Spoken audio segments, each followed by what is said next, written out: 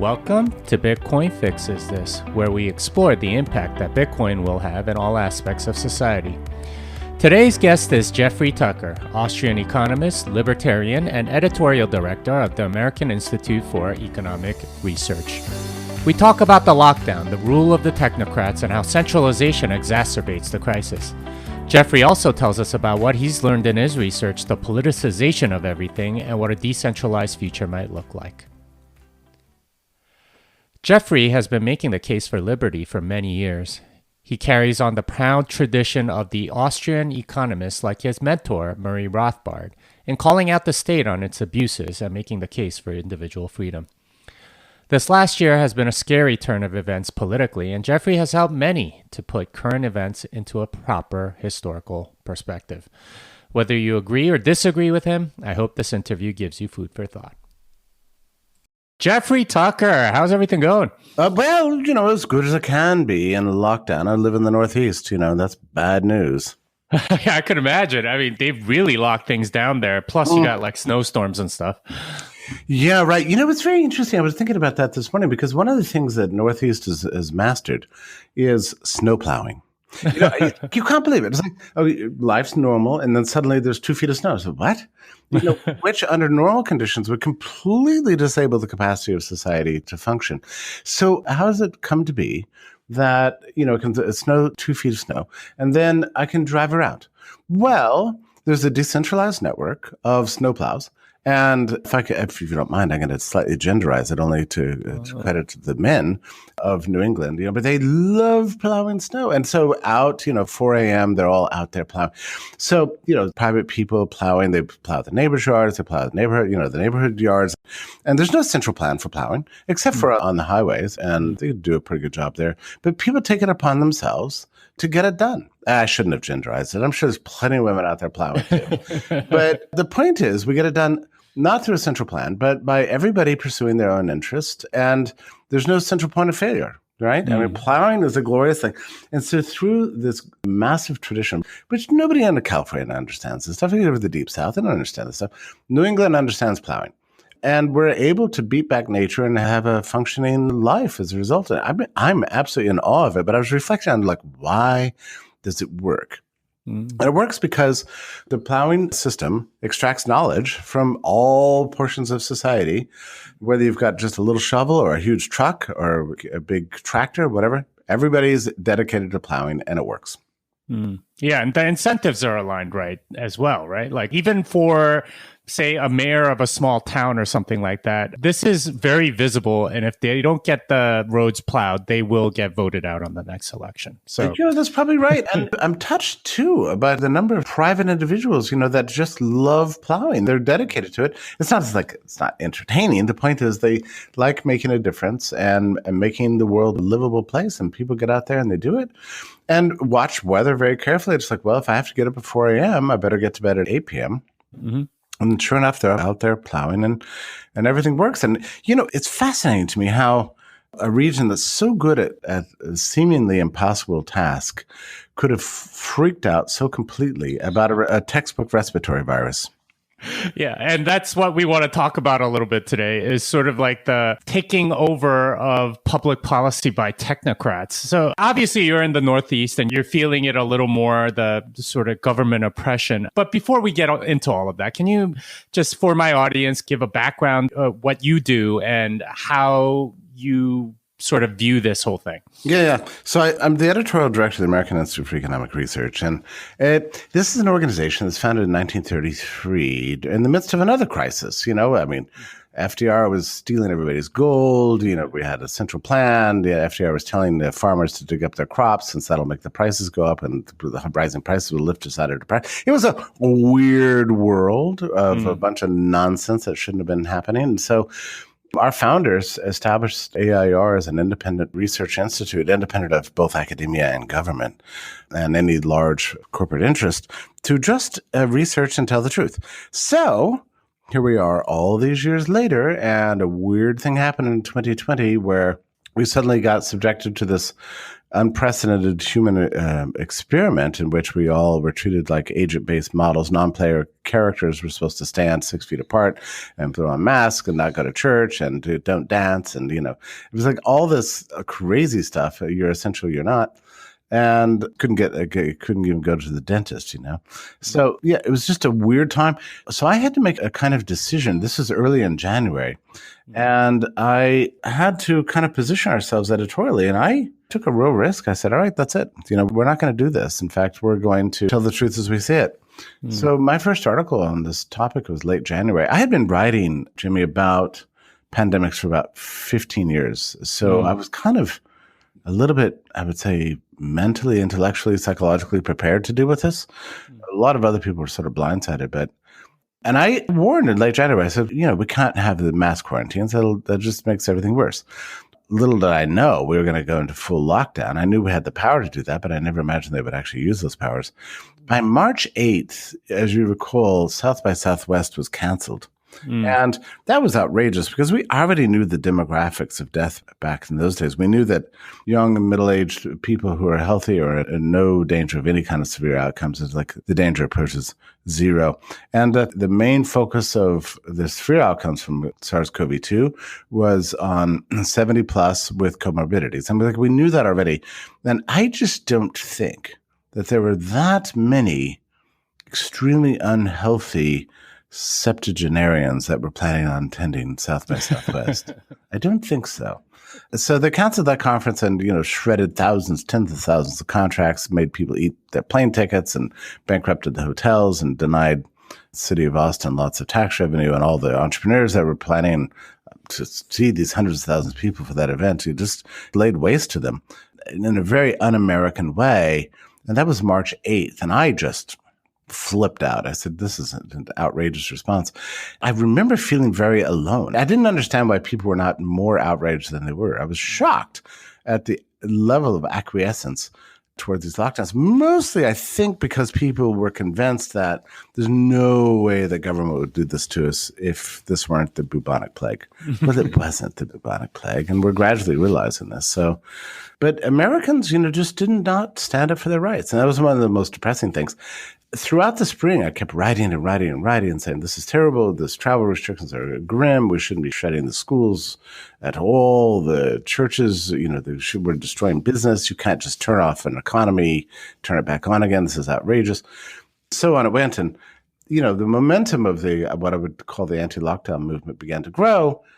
And I would say by the summer, we were in full swing. And now I think the movement is very, very large. And I think we're preparing to make sure that nothing like this ever happens again. What do you think caused everybody to just sort of lay down and obey? Jimmy, there were a number of things. I think it was something of a perfect storm. For one thing, when science shows up and says, this is what you have to do, people get scared, because they didn't pay attention in ninth grade biology class and they don't know what a virus is. So they're like, well, these guys have credentials that I don't have. They must know what's best for me. So there's that.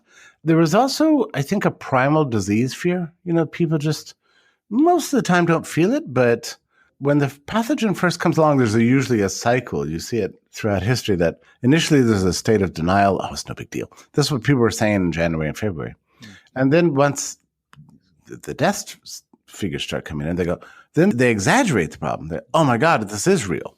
And then they get carried away in the other direction. And so there was that disease panic that kicked in. But there was another thing that was happening in 2020, and it was the politics of the situation. And that was chaotic. So, initially it became very Trump-like to dismiss the virus. Then it became very Trump-like to panic about the virus. Then it became very Trump-like to dismiss the virus again. So we kept toggling back and forth between these things, and people began to choose their outlook on the disease according to their political loyalties. What the hell? That's not good science, right? So I think all those things combined. There's another factor here, too, that's pretty interesting. There's a group of really organized fanatics out there that, starting 20 years ago, began to apply techniques of computer modeling to disease mitigation, mostly led by Bill Gates. And he funded all the epidemiology departments around the world, got all the newspapers on the payroll and so on. And so a lot of this has been driven by his own planning, confidence in computer programs, and tremendous confusion over public health. This guy knows nothing about viruses, and he's been the one dictating the terms. All right, so there's definitely, people like Bill Gates that are sort of pushing for this thing, but what's their motivation? Why are they wanting to lock people down or something like that? That's the part that really confuses me. Well, I think I think he's sincere, actually. I think he's a germaphobe, which is a typical ruling class attitude, by the way. When people imagine they've achieved a certain status in life, economically or whatever, educationally, they think of themselves as cleaner than others. And that means more disease-free. That's usually a pattern in history that the ruling class likes to stay away from disease and make the workers and peasants get it. Mm-hmm. The other thing is, I don't have evidence of this, but he was shaped. This is a little bit of a weird speculation, Jimmy, but he was shaped. His attitudes towards viruses were very much shaped because he was, he cobbled together Windows, and Windows was destroyed by, the biggest problem Windows faced for the first 15 years of its existence was viruses. And the way he dealt with viruses was to incentivize people to develop virus protection. So it's a very simple model. We've got a clean hard drive, a good operating system, but there's bad pathogens from the outside that are coming to attack it. So how do you deal with those? Well, we keep them away. We identify what they are and block them from coming into our operating system. That's the way viruses and computers work together. And he has that exact same model when it comes to biological viruses, which is a problem because the fact is that for 1 million years, humanity has coexisted with infectious diseases, and we have immune systems to deal with it. Our immune systems scale, and they adapt, and we don't need necessarily virus checkers and blockers and things like that. Now, we have vaccines, and they're limited use, but they are useful for certain pathogens, and we've had some degree of success in that respect. But he sees like the smallpox vaccine as a kind of a virus scanning technology that blocks viruses from getting in your hard drive. So he thinks, well, the answer is we need a vaccine for everything. I think that's how he thinks. It's how he thinks. And, keep in mind, this guy's never bothered to read Cell Biology for Dummies. He could download it on Amazon, but he hasn't done it.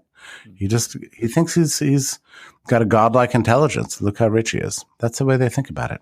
Interesting. So his mental model of a virus is based on computer viruses, which has caused him to misevaluate the possible solutions. Yeah. He doesn't understand anything about immune systems. This is why we haven't heard about immune systems for the good part of 2020. Staying clean, successfully clean, is actually dangerous for your health. You need to expose yourself. We need exposure in order to, get the new version of iOS. It's to make another computer analogy. If you just keep operating off the old software, you're going to develop a system that's more, not less, more vulnerable to disease. You're going to have a naive immune system, and you're going to become like a primitive tribe. When the first pathogen comes along, it's going to wipe it out. So, and this is, Jimmy, I should be clear that a lot of my views on this topic are derived from the brilliant work of Sunetra Gupta at Oxford University. I think she's the greatest living epidemiologist. And she pointed out something to me that I had never quite considered. And it goes like this. When we're living in isolation, we can afford to avoid the pathogen. It's out there, but we don't get exposed to it. But during and after World War I, we entered into a new world of globalism, global travel, global trade, widespread migration. Our immune systems got ever more robust. They scaled, they became very beautiful. It's a difficult transition, right? But we made the transition. And in the course of the 20th century, what we saw created were the strongest immune systems by the most amount of people ever before experienced in the history of humanity. And that is what accounts for the sheer longevity of our lives and our health and our height and our strength and all these things. We adapted to global prevalence of infectious disease in a way that made it possible for us to deal with it. We scaled. We scaled. As humanity, we scaled according to the prevalence of infectious diseases. And that made the most profound difference in our lifespans and our overall health. That's why we've seen the rate of death, new pathogens, fall and fall and fall over the course of 100 years. Don't you find that to be an extraordinary insight? That would be, indeed. If that's true, that would explain a lot of different things. But regards to epidemiology and experts and the rule of experts and things like that, how did we get here? How did we get to the point where just a few epidemiologists in the right government positions that don't have any patients of their own, that are just sort of, doing things based on, flimsy academic research or computer models that don't make any sense? Like, how did they become the voice of authority? What happened to get us to this point? You have to go back to 2001. So this is a period in which people began to believe everything could be solved by computers. And we experienced 9/11. And then we had a president named George W. Bush who became a little bit apocalyptic. The way you deal with the disaster of 9/11 was to invade Iraq, invade Afghanistan, kill people, overthrow a dictator, to engage in big actions, big activities. And you started falling in love with this model of big government responses. So we created the Department of Homeland Security and so on and so on. So in 2005, there began to be a lot of talk about blowback from what we did in the region over there. And there was a sudden fear of bioterrorism. Well, George Bush he assigned the task of dealing with bioterrorism to a number of agencies. So Veterans Administration, the State Department, that lab in New Mexico, Sandia National Laboratories, all these private labs and these public agencies. And he wanted to have a big White House conference on this. So I hope this is interesting to you, because this is actually the prehistory. There was a big showdown at the White House between two groups. One was the medical doctors and one was the computer science programmers and essentially wackos. And the wackos were led by a guy by the name of Robert Glass and his daughter Laura, who was a 14-year-old who came up with the idea of social distancing. It's a cooties model of avoiding diseases. And he put it into his computer, came up with it. Anyway, so he's presenting at the White House. So you have to imagine the scene. This would have been late 2005. And so the doctors first presented. And they're like, okay, well, what are you going to do when the pathogen comes? What do you do when a new infectious disease comes along, some biological threat? Well, first you've got to figure out what it is and what's it made of. Is it bacteria? Is it a virus? If it's a virus, what kind of virus is it? Is it a respiratory virus? Who does it affect? Every new pathogen has a different demographic effect. You want to isolate the people who are vulnerable to it and then encourage other people to go about their business so we don't disrupt society too much, and then encourage people to go see the doctor if they get sick. And meanwhile, Bush is falling asleep. This is the most boring thing I've ever heard in my life. This is not exciting. This is not anything wonderful.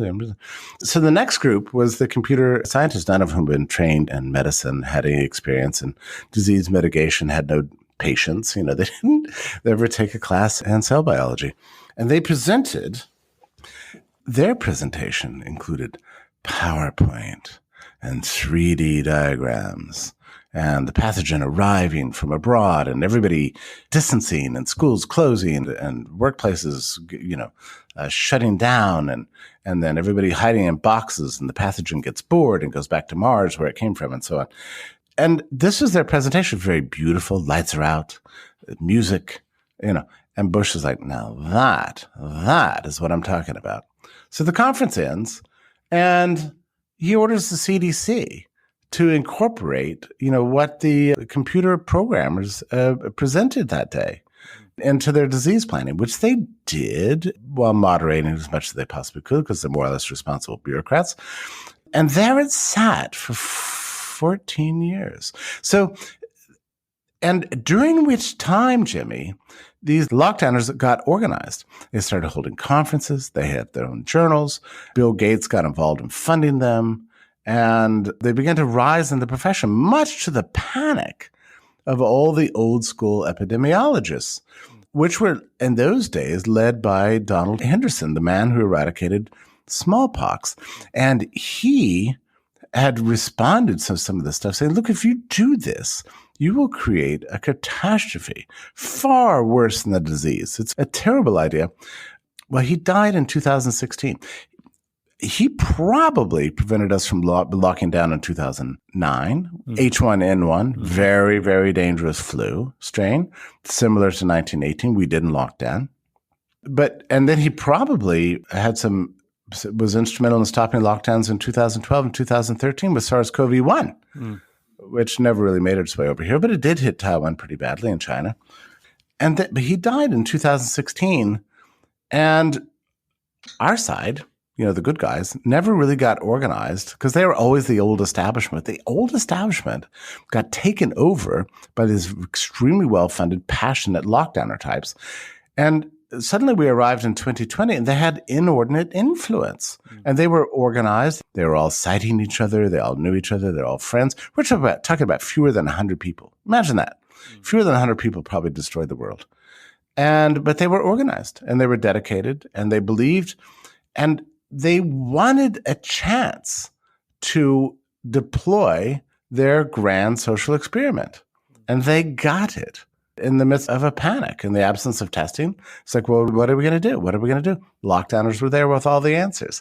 So by early March, actually late February, they got pretty well organized and laid everything in place. It took them 2 weeks to go from their first op-ed in the New York Times to full lockdown by March 16th. Which is crazy. So in your view, is that what happened? Is that the power was centralized into this sort of like bureaucratic class, and that bureaucratic class essentially became corrupted and, or had mistaken notions. They might not be necessarily corrupt, but they just had the wrong ideas in their head and they were able to impose it on everybody because of that centralized power? Yeah, that's exactly what happened. And they were enormously successful. I mean, I've read through all their email threads. It took about 6 weeks for these people, and the email threads kept getting longer and longer and longer. It's actually hilarious, Jimmy. You know how old people are with email? Your grandfather sends you an email and you reply, and then he replies back, but this time he adds your grandmother, and then your grandmother forwards it to your great aunt, and then your great aunt sends it to your uncle, and then suddenly your brother's got it, and they're going to say, and you're sharing recipes for turkey or whatever. But but this is the way a certain generation communicates. And they did exactly that. It was like Carter Meacher at the Veterans Administration started this email thread. They called it Red Dawn email thread list. And it was just like, sometime mid-February. And they began adding public health officials and then elected officials and the CDC guy and this bureaucrat and that scientist and this person and that person. And it just grew and grew and grew and grew to the point that it just became out of control. And then Carter Meacher, sent out, this guy was... By the way, nobody's heard from this guy since March. He's ensconced somewhere at the Veterans Administration. But he stayed up all night writing this memo about school closings that he deployed on the entire group on March 12th. And that was the memo that caused everybody to panic. He said, pull the trigger now. If you don't do it now, we're going to be dealing with mass death and suffering. And we've got to go ahead with this. And that's what panicked at the same time, the Trump administration, all the states and the public health departments, what do they got to lose? Shut the schools. But you can't shut the schools without also shutting down the malls, and the playgrounds and everything else that the kids would otherwise be doing. And then you can't stick primary school kids at home without their parents. So we have to shut the offices to allow the parents to stay home with the kids and so on. So one domino led to the next. And next thing you know, the whole society was just completely broke down and a panic led by pseudo-intellectuals who never had any experience in disease mitigation. Carter Meacher himself was an emergency room physician who flamed out. It was no good. So he went to work for the VA, as one does. And he became their bioterrorism expert at the VA. And he was the guy who led the lockdowns in the U.S. Wow. All right. So going back to sort of like the rule of the technocrats, it's not just epidemiology. Obviously, that's the most prominent one in the past year or so. But it's also lots of other things, including, of course, monetary policy. How pervasive is the rule of technocrats in the United States today? I don't know the answer to that. But, part of me, I'm a natural optimist, as you are too. And I like to think we've got some old school bankers that are going to look at the ridiculous hockey stick of money supply increases over 2020 and realize they have to sop this up before disaster happens. I don't know how much old wisdom is left. I mean, the new guys in epidemiology and public health have completely taken over. In monetary policy, I'd like to think there's some responsible minds there. But I'm a little worried about it. I got to tell you, I hope that when the Biden administration would take power and immediately open up trade, global trade, he didn't. He immediately reimposed the Trump tariffs. So something's gone wrong there. I don't know. Maybe something's also wrong with the Fed. I mean, I don't know if you look at the numbers, but they're absolutely terrifying. I mean, all else equal, we're looking at Weimar here. I don't believe that's where we're headed because I think there are other mitigating factors. But it's unbelievable what we've done to the underlying economic fundamentals in 2020. I don't know if you also looked at the savings rate, but I predicted this back in March. I said, in every previous crisis, we see a huge collapse in the velocity of money. And sure enough, that's exactly what's happened. The velocity has absolutely collapsed and savings rate is through the roof. Those are good things, by the way, for two reasons. One is it provides some good capital going forward for possible future investment should we ever open up and get back to normal again. And the other thing is that it stops what would otherwise be the effects of the outrageous monetary policy because the quantity of money works inversely to the velocity, which is to say, if people aren't spending the money, it's not going to inspire inflation. If people aren't borrowing money to invest, then the hot money is not getting out on the street. So far, that's why we've been spared the worst of the money supply increases. I don't know how long it's going to last, though. Yeah, and that brings up something else that I wanted to talk about, which is sort of the political nature of everything. Obviously with the lockdowns and, monetary policy and things like that, all of it's taken on a very political tone. And it's not about the truth anymore. Why is that? Why isn't it about what the actual science is or what the actual right thing might be? Instead, it's just whatever my team supports, that's what I'm going to do. Isn't it crazy? It's even happened with disease. And masking, right? So you can tell if a person is Republican or Democrat based on their attitudes towards masks. These should be completely separate. We've politicized society to such an extent that there's nothing that lies outside of its realm, not even cell biology. That's insanity. Hey, I had somebody, I couldn't believe it the other day. Jimmy, you're not going to believe this, but you know how Australia is a wonderful country and everybody's charming and friendly and wonderful. We love them, but they're a little goofy. In Australia. So, I'm over there on Twitter, talking about cell biology and hard sciences and immune systems and all these things. And this lady from Australia goes, look, problem with you Americans, you're just in love with STEM. It's always science and technology, In Australia, we decided that the best way to deal with the virus is through soft skills, human connection to others, community, coming together. I'm reading this thinking, that is insane. Sure.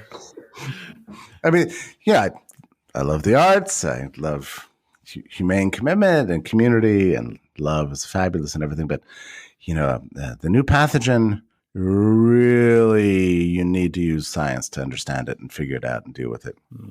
And I think we're headed in the direction where everything has become political and everything has become subjective, and it's all about identity politics, even disease mitigation.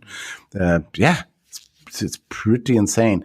The good part about it is that reality still does exist, actually. And I assume that the reality will prevail in this case, too.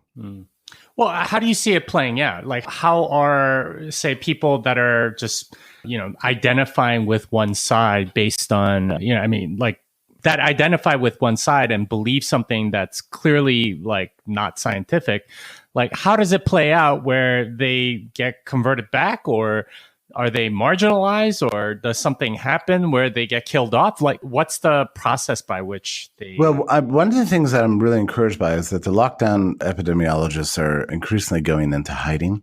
The governors that imposed all these policies are trying to unwind them, trying to come up with every excuse to loosen restrictions. I think this is very good. The degree of public panic is starting to recede a little bit at a time.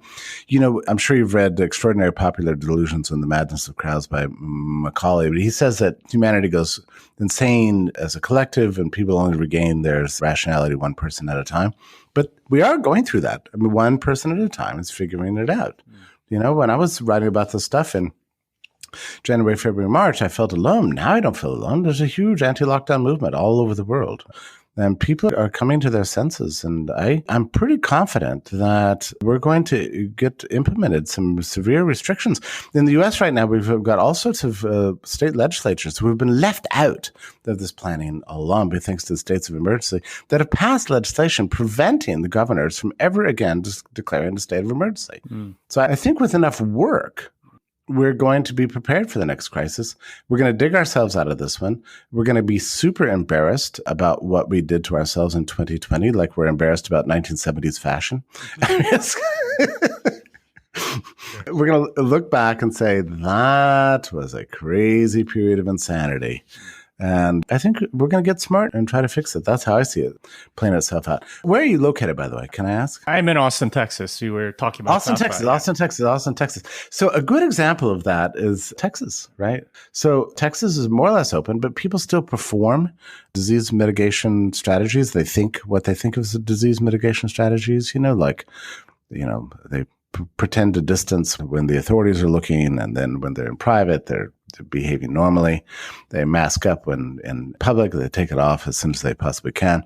And I spent 3-4 days in Dallas and surrounding area recently, and that's what I see. Is that in Texas, it's all kind of virtue signaling performance, but it's not real, And I think that's going to be the intervening stage. We have to finally come to terms with the demographics of this disease and be scientific and realistic, and then the politicians respond. So actually, Jimmy, if I can just roll back slightly, let me just tell you a slight story about a book on public health I read. I think the author of it is Porter. But she recounts, following the bubonic plague and before the advent of the modern era, there were bouts of disease all over Europe. And she said that it always goes like this. The disease comes, people deny it. Then they see people die and they panic. They get too scared and they start screaming to their civic overlords to do something. And it's always about getting rid of the unclean people. So the quarantines come about, and the lord, the baron, the king, the overseer, whatever it's going to be, responds to the populist fear through draconian measures. And then eventually the virus, circulates among the population, achieves herd immunity, and everybody goes back to normal. Meanwhile, in the course of this funny little cyclical pattern, the commercial interests are furious. They don't like trade disrupted. They don't like these things happening because it's bad for investment, bad for customers, bad for the business. Pandemics are bad for business. So they're screaming the whole time. Well, what happened finally as we approached the late 19th century is that public health caught up with the wisdom of the commercial interests and said, in the event of a pathogen, the best thing you can do is keep life functioning normally so you can mitigate the disease with good science and good medicine and rationality while protecting those who are vulnerable. And that's where we were left after 1918. And that's why the parrot flu of 1929, there was no mass panic. Why in the polio outbreaks between 1948 and 1952, there were no closures, there were no quarantines. It was just, looking for vaccines and trying to inoculate people. And in 57, 58, we had a terrible flu. It's called the Asian flu that was on a global scale 6 times as deadly, using a crude death rate as COVID-19 has been so far, and there were no lockdowns. That was a deliberate decision. It was public health united with commercial interests, realizing that we have to keep society functioning properly, and we'll let the immune system scale. We'll deal with infectious disease and with doctor-patient relationships. We won't disrupt society. And the same thing happened in 68, 69. And that's the way we always dealt with things. So the lesson I take from that is that's still that fundamental dynamic of The new pathogen arrives, the people start initial denial, then they go into an exaggerated panic. They scream to the overlords to do something. In this case, the epidemiologist took over, and next thing you know, our lives were completely wrecked. But what that means is that the path to, at least to me, what this implies, the path to unraveling all this stuff is to get people calmed down. Get people relaxing, used to being around others again, encouraging people to go out to gatherings, go to sports events, mingle with your friends, travel, feel normal again. And the more you can encourage other people to feel normal again, the more the politicians will not believe that they have a mandate to continue oppressing us. Yeah. The thing that really scares me about what you just said is that there is the centralization of power where somebody can sort of decide on behalf of everybody whether or not they're going to be allowed to, travel freely or, to have it be sort of like herd immunity kind of thing. It feels wrong that somebody has that much power. But as you seem to be saying, the people that are panicking want to give them that power to decide on their behalf, essentially through violence, forcing everybody to do something that will help calm them down. Yeah, and the bigger the government gets, the more it just wants to do things, Which is another reason maybe in the 20th century we didn't lock down, because the government wasn't powerful enough to do it. We also have, Jimmy, a ruling class problem at work here. We have now about a third of the American public can work on their laptops. And so I wonder whether we could have even done anything like this 30 years ago, even if they wanted to. I don't think it would have gotten away with it. Now the ruling class, which is in charge of making all the decisions for everybody else, they love to be at home with their slippers and pop open their MacBooks and still earn money, The New York Times is particularly bad about this point. They had a hilarious thing the other day. They grade your zip code based on, whether or not the virus is hot and potentially threatening to you based on your location. And so if there's 11 cases for every 100,000 citizens, by cases, I mean positive PCR tests, by the way. If there's 11 positive PCR tests for 100,000 people, they consider that a very serious threat. And they say that you should not go to restaurants. Instead, you should order your food in. Oh, really? But who's going to bring this to you? Prepare the food and bring it to you, Apparently not readers of the New York Times. Yeah, they're the ruling class for certain, yeah. They are the ruling class, and they speak to the ruling class, and they're readers of the ruling class. So, the workers and peasants be damned. And so they want them to, in effect, become the sandbags for herd immunity so they can be safe from the pathogen. It's an old feudal dynamic, which we brought back. We're supposed to live in an age of democracy, equality, and enlightenment. Instead, we're approaching this as if we're medieval, we're feudal. We live in feudalism. Yeah. That's really the way they think about it. Yeah, it's kind of like a caste system or something. Oh, sure. Yeah. I mean, that's exactly we've approached this. And that's the way disease was approached in the ancient world, but we're supposed to be better than that. But we're not, Wow, isn't it something? We just keep discovering all the ways in which humanity, we seem to be getting smart, but then we're not that smart. It just happens again and again. One of the things that I've noticed about the past year is that for a lot of people, it does come down to sort of like signaling which class you are or which side you're on or which, side of the political divide. And I think that has something to do with where you perceive yourself to be in sort of like the ruling class versus the underclass or something like that. But for a lot of people, they don't actually believe in any of that stuff. They just want to show that they're part of that team. So they, mask up in their cars when they're by themselves or something. Isn't it something? And the inability of people to think more broadly is actually quite striking. I'm always haunted. I'm a huge fan of this interwar thinker. Oh, actually, it wasn't just interwar. He's one of the great economists of the 20th century, Ludwig von Mises. He wrote this book in 1929. He said, the genuine liberals, by which he means the classical liberals, are the only people who really do think about the common good. We think about all classes, all races, the good of society, the function of society. And I thought, well, that's interesting. I hope that that's true. He said this objecting to the idea that capitalism is about, protecting capital. He said, no, it's not. Free economies are about the good of all.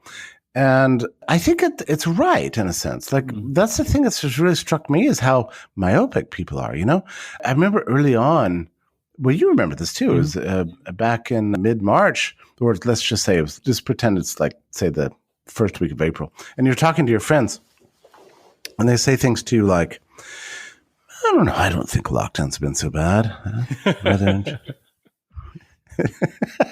I've rather enjoyed them, It's like, well, that's privilege talking right there. Mm-hmm. Mm-hmm. First world problems, yeah. Yeah. But yeah, the thing about what Mises said that I think is absolutely correct is that if you are a classical liberal and you do care about freedom, you care about individual liberty and individual rights, then you would care about the fact that if you do lock people down, you no longer have freedom of assembly. You no longer have freedom of religion. You don't really even have the freedom of speech in a lot of these cases, because as soon as you say something that pisses off Twitter, you're getting kicked off. Oh, isn't that true? Let me ask you, do you self-censor? I mean, I find I do. Yeah, I mean, at least on Twitter, I mean, I got absolutely roasted back in March for saying like, I can't believe there aren't that many churches that are opening, and like every single one around me was closing. And I said that on Twitter. I think I got ratioed, even though my tweet had like 1,000 likes, which is kind of hard to do. But that sort of like turned me off towards, okay, they might start censoring me at some point if this thing keeps going. I worry sometimes. I don't know why I haven't been censored yet. I thought of a great tweet the other day. I wanted to denounce social distancing, and I came up with a great little couplet. I was stuck in an article that I'm publishing tomorrow. But instead of putting it on Twitter, I said, hey, everyone, is it okay with the rules of Twitter that I criticize social distancing? I just asked the question. Yeah. People said, nope, can't do that. Yeah. And that's a way sort of around it, is if you turn your statement into a question, they can't really accuse you of anything. Which I've done too, right? It's like, okay, does it feel normal to people that, we're essentially under house arrest right now? Like, does that feel normal? Like, or does that feel more like communist, Russia or something? Yeah. Yeah, I've done this too. I feel like I'm trying to get around the censors these days. I said something the other day about, you can't rule out the possibility that acquiring natural immunity through exposure might be your best strategy, as this New York Times article points out. Then I put a link there. It's like, all right, I'm not saying something outrageous, Yeah.